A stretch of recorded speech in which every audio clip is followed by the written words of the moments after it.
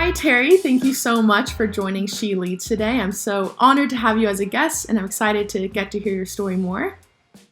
Thank you very much, Carly. It's a pleasure to be here. Of course. So Terri, you were the former head of retail at Charles Schwab, and you've been involved in the financial service industries for 30 years. So just to kind of have a background, what made you so interested in finance? What drew you to finance and pursue this long career? Sure. Well, my undergrad was actually in chemistry and science, and I was very analytical. I loved numbers. I loved problem solving, and I loved spreadsheets, even at that time, over 30 years ago. And I really wanted to help people and make an impact for people using my passion was numbers and critical thinking skills. And so I decided to go into the financial services industry to be able to help and support families, because at the time, financial literacy was so disregarded. Young people were growing up with no idea about credit management, debt management, compounding, banking, investing. And then I had 3 children, and I realized I need to teach them as well. And so it's really a way for me to enjoy my passion of analytics, but also serve individuals and families. Yeah, it's so true how young people don't have that financial literacy, and especially like when it's so important. So let's just go there. What would you say, like, what is the right age to start planning financially? And especially like someone like me, I'm going to graduate from Stanford in June. Like, where should I be? What should I do to plan ahead? Well, congratulations on your accomplishments. And to all of your listeners, graduating from college is a really big life event and so much full of joy and celebration, despite the challenging times that we see today. So ultimately, there's different stages of financial health that I'd like to spend a few moments talking about. Okay. When you go to the doctor, Carly, what are some of the most important indicators of your health that they take for you? Probably blood pressure. Yep. What else? Cholesterol levels. Yeah, weight, height, right? Yeah. And they know, Carly, you're probably 22 years old. Is that accurate? Yes, very accurate. So we pretty much know health-wise, an adult between the ages of 18 and 30 should have these levels of metrics to be in the healthy range. It doesn't mean if you're not exactly there, you're unhealthy, but there's a number of different statistics that would tell a healthcare professional, are these people within this demographic healthy? And that applies for people between their 30s and 40s, their 40s and 50s, and 60s, 80s, and beyond. Mm-hmm. And so it's really important to realize that there are certain health indicators of your physical health that people know about demographically and statistically. And this is where my passion is in the analytics. Well, the same applies to people of various ages for their financials. And so I'll give you a couple financial metrics that we look at people in their certain age range. So for example, for a college graduate like you, what we might look at is your credit to debt ratio. How much credit do you have? How much debt do you have? And what does that actually mean? What are your monthly living expenses? What is your income? And then ultimately, what is your tax status? And ultimately, how can you save for the next 30 years for your own retirement? And so even though these are, less impactful measures at the age of 18 to 30, they become much more important as you go 30 to 40, 40 to 50. And then at 50, these become absolutely critical. So your blood cholesterol, your blood pressure, your weight, for example, all of those statistics become incredibly important. And the thing is, when you're so old, for example, I'm in my 50s, and you haven't been paying attention to some of these health indicators, it's much more difficult to get back to the state of health. And so that's why I was so excited to talk to you, Carly, because the most important generation we can talk to about their financial health is your generation, and getting you started on the right indicators so that when you're in your 50s and 60s, you're not playing catch up with everything because you've disregarded your financial health. Yeah, okay. So going off of that then, what would you say? I know you're big on writing down your goals. So I guess that's an actionable tool we can do, but can you elaborate a little bit about it, about writing your goals, why it's so important, and in terms of like navigating whether we should do short term versus long term and how to kind of go around that? Sure. Well, statistically, you have a much greater chance of achieving your goals if you write them down. It doesn't matter if it's school goals, health goals, financial goals, marathon goals. So, I've run 21 marathons. Wow. If I didn't write down my training plan and stick to it, there'd be a very good chance I would never finish that marathon. And thankfully, every marathon I've ever started, I've finished. And so some of the things that we make sure is that even if you don't want to go on an app or technology-driven goals, just take a pad of paper and a pen. I mean, I know that might be foreign to this generation, but write down, what do you see yourself doing in 1 year, right? Because 1 year is even a long time for college grads. What do you see yourself doing in 5 years? And then what do you see yourself doing 10 years from now? And that includes the major life events. And so what I'd like to do is just take a moment to talk about life events. So you have college graduation. So you have goals around that and saving and investing. You have buying a home, for example. That might be a goal for many, many people. Depending on what coast they're on, it's more achievable, in different parts of the country than it is potentially here in the Bay Area. But that could be a goal that you start setting a plan for over the next 5 to 10 years. Then there's getting married potentially, or building a spousal or partnership agreement together. Then there is having children potentially, if that is a possibility. And then there is planning for college. There is changing jobs. Carly, I will tell you, in your age group, you will change jobs 11 times in your lifetime. 11 times. Good to know.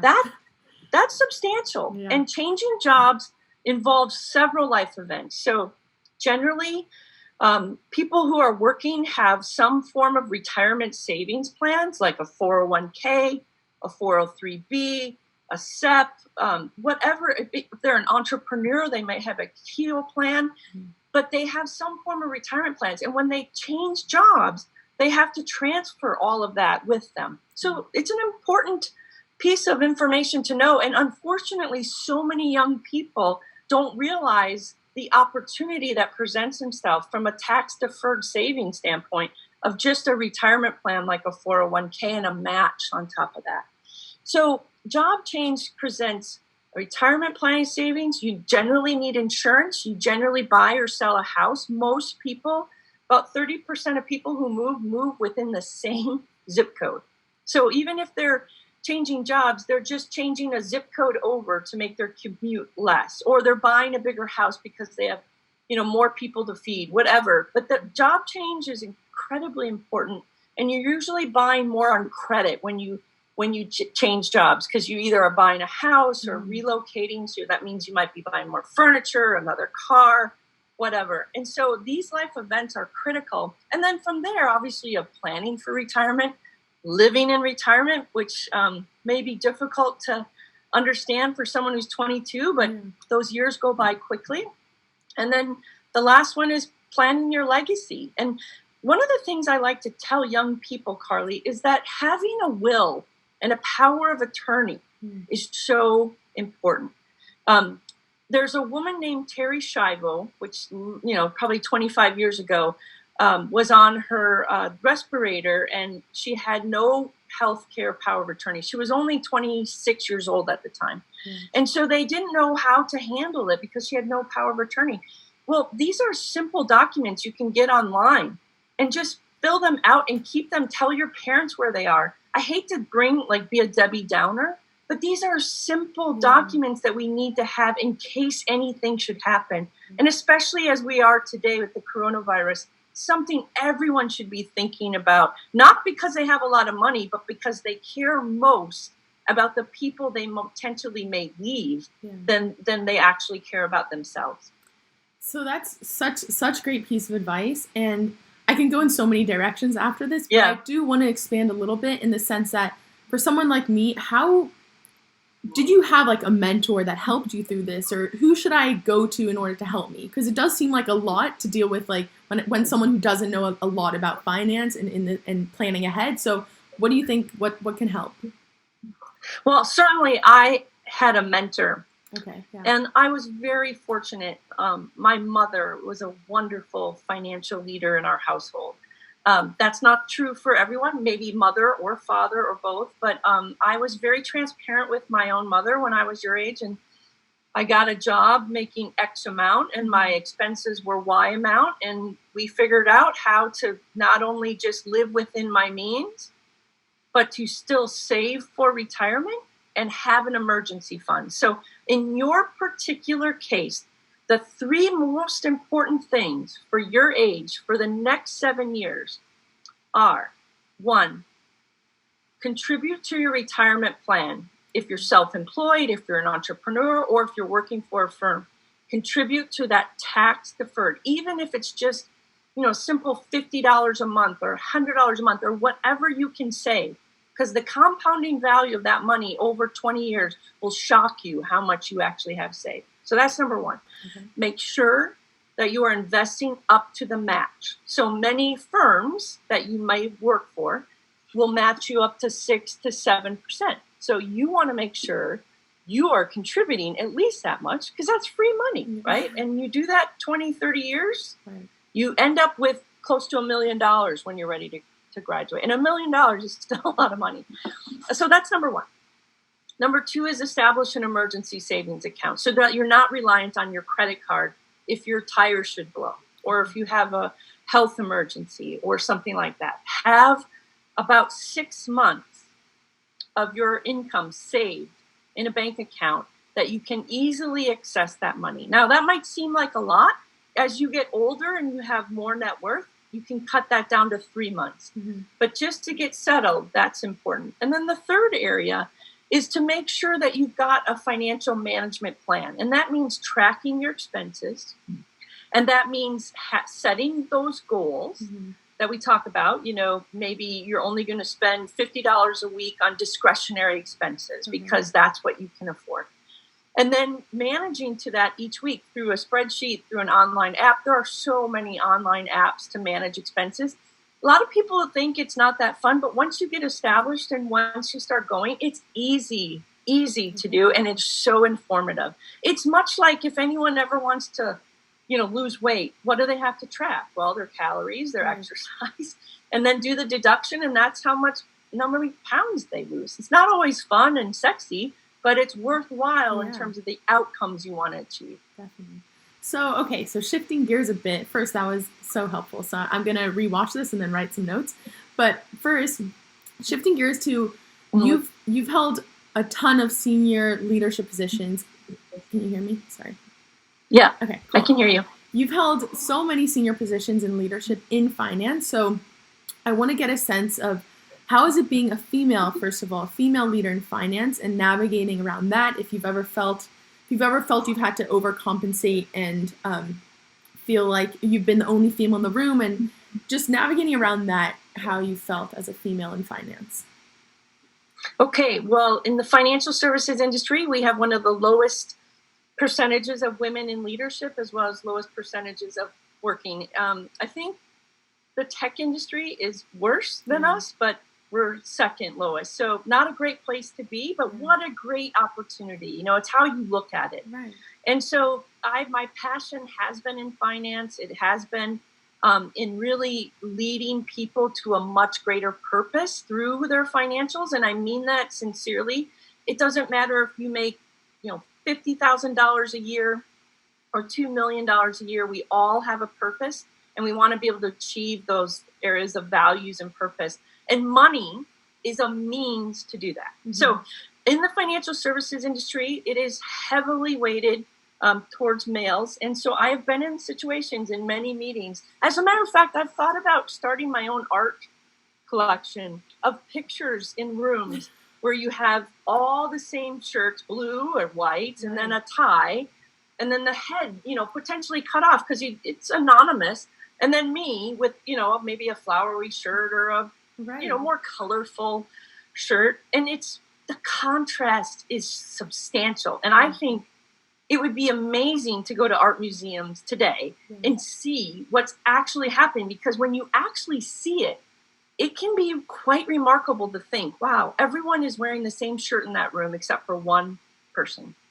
And so I have been in those situations. What I have tried to do is find a way to build bridges, find a way to create positive communications, and find a way to align with men so that they see the opportunity through their sisters, their mothers, or their daughters. That's how you emotionally connect with them, because every man wants the woman in his life to be successful. And so once you personalize it for them, they generally respond very positively. But it is a challenge. The second thing I've done is I've been in the room with maybe 2 or 3 other women, and what I will do for them is we call it reflective echoing. So they may say something, and then I will reinforce, well, my friend Marie just said this, and I believe this is the right direction to go, right? So not only am I reinforcing her, I'm using her name, because there's only 2 or 3 female names. I'm not saying Joe, Jim, or Bob. And over time, it starts to change that, what we call, and you're at Stanford, which is the epitome of unconscious bias, right? It's not intentional, but Stanford has done enormous work and great work on understanding our own unconscious bias. Right. And so it's almost like us females, we have to band together. And also, I feel like it's very important to have that confidence and knowing in yourself that you deserve to be in the room.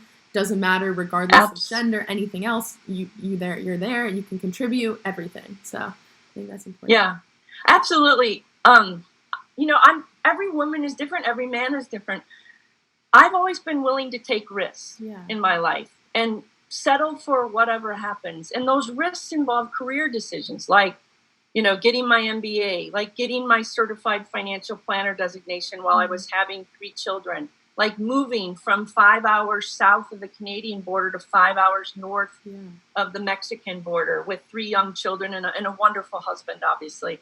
But those are all major risks that I've taken in my lifetime. And most of them, I'm happily can say, have proven out to be the right thing for my family, my faith, my physical health, and my finances.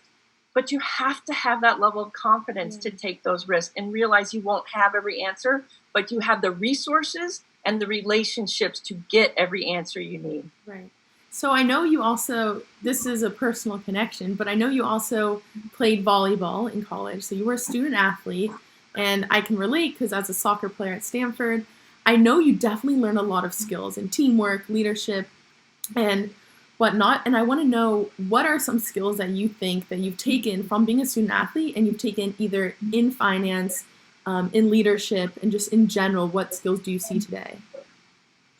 Sure. I think I'll limit it to 2 things, although the teamwork and the camaraderie and the passion for winning are very important. But there are 2 things that I take with me from my athletic background and still leverage today. First of all, is that feedback is a gift, and that coaching is a gift. And every athlete knows they have never arrived. Even the very best, Stephen Curry here in the Bay Area, he knows he's the very best, but he's never arrived. And so he's constantly reinventing his game and practicing. And when his coach gives him feedback, he doesn't say, oh, forget it, like I'm the one that knows. He says, great, I'll take care of it. In athletics, my favorite story is, especially in volleyball, and I'm sure you feel this way about soccer, the ball comes over the net. The first player that hits it has to pass it to the setter and get the right second ball, so that the setter can then set it, and then the hitter has to hit it. Right. Well, if you screw up that first pass, you're done.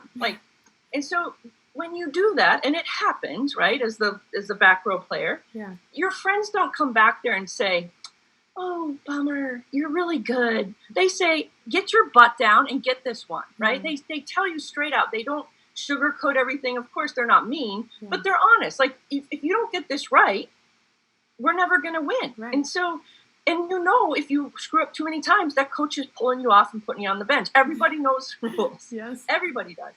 And so that's refreshing to me in the business world, because I know I'm not going to do everything perfect. I want feedback. I want to be able to get better each day.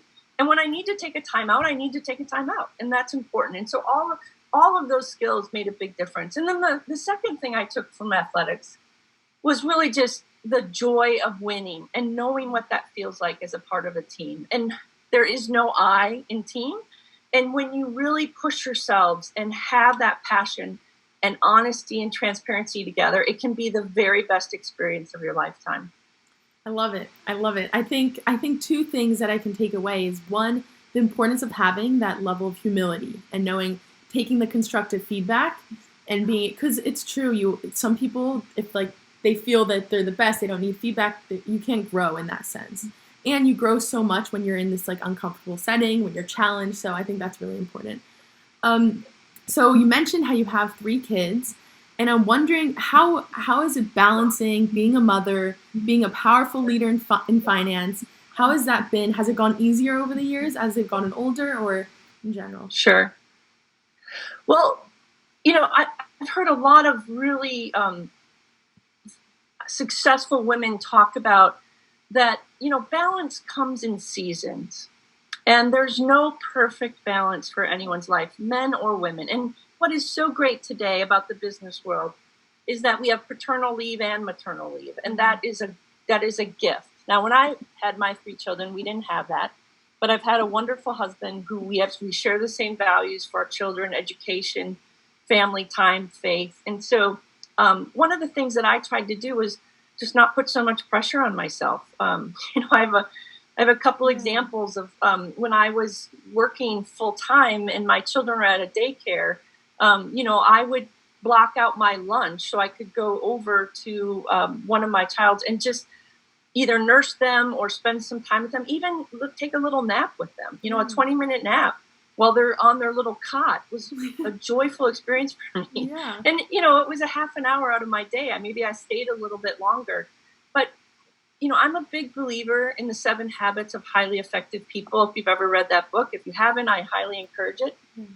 But there is a part of 7 Habits that says you have to schedule in the things that are your biggest priority. And if you schedule those in first, the littler rocks will fall in line. And so my kids, my work, my family, and my faith have always been my big rocks.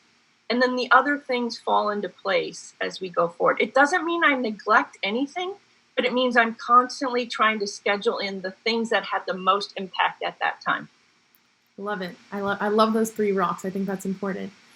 So unfortunately, we're almost getting out of time, and I could probably talk to you for hours more because I'm learning so much. But I wanted 3 more questions, is quick, fun ones. First, what are you most proud of when you look back? When you look at your career now, what can you say you're most proud of? I made a decision to get my certified financial planner after my MBA while I was pregnant and moving. And that has been a turning point in my career in terms of understanding client financial situations, managing the complexity of finance, taxation, estate planning. And for me, when I achieved that, I can't remember, I was probably 31. I knew that I could do anything. So for me, I'm most proud of really committing myself to another advanced certification and leveraging that in my career. So, bottom line, education is still incredibly important. Yeah. And then what's a passion or hobby that you have that's unrelated to work? Yeah, well, running. I do a lot of running. Yeah. I've run 21 marathons and 1 half Ironman. Wow. I still run a lot, and it's really great therapy. And one of the things I used to always say is when people would call me last minute and say, "Hey, I really want to meet with you," I'd say, "Hey, great, I'm ready at 5 a.m. for a run. You want to join me?" And then they would always say, "Well, no, it's not that important." I'd be like, "Okay." I was gonna say, how's that response? Yeah. For the ones that it was really important, they'd be like, "Okay, I'll come. I'll bring my bike, but I'll talk to you then." For sure. And so I do that, and then just spending time with my children. Right now, while we're in this coronavirus situation, my youngest daughter, she's 15, almost 16. I play volleyball with her every day, and so just being very intentional about those special times with them is probably my biggest hobby. Yeah. So last fun question is, What's a weird, fun talent that you have that no one else really knows about? And I'll give mine as as something to think about. But what I can do is I can throw blueberries and grapes. If I throw them up, I can catch them in my mouth. So I'll give you a little preview. We'll see how this one goes. That's great. Okay. So here's a blueberry. I see it. Wait. I need another time. The throw was not good. It's all in the throw. There we go. Ah! There we go. Very nice. Took a few times, but it's all right. We're still good. Yeah, that's right. So you just keep getting better and better. Exactly. It takes practice. So what would you say yours is? A weird talent. Okay, hold on. I had no idea I was going to get this question, so just hold on. Okay.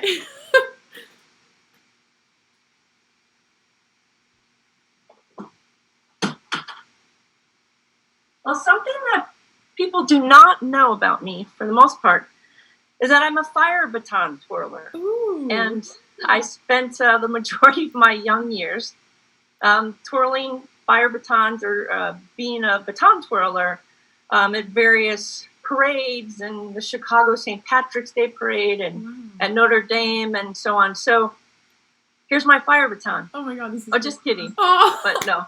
Wow, that's so awesome though.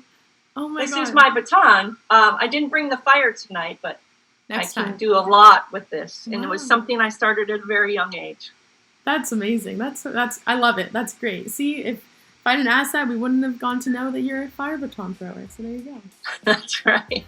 So first of all, thank you so much, Terri. I learned so much, and I'm so honored that you were a guest on SheLeads. So thank you. I appreciate your time and your You're welcome. Best of luck to you and happy spring. Thank you. Bye-bye. You too.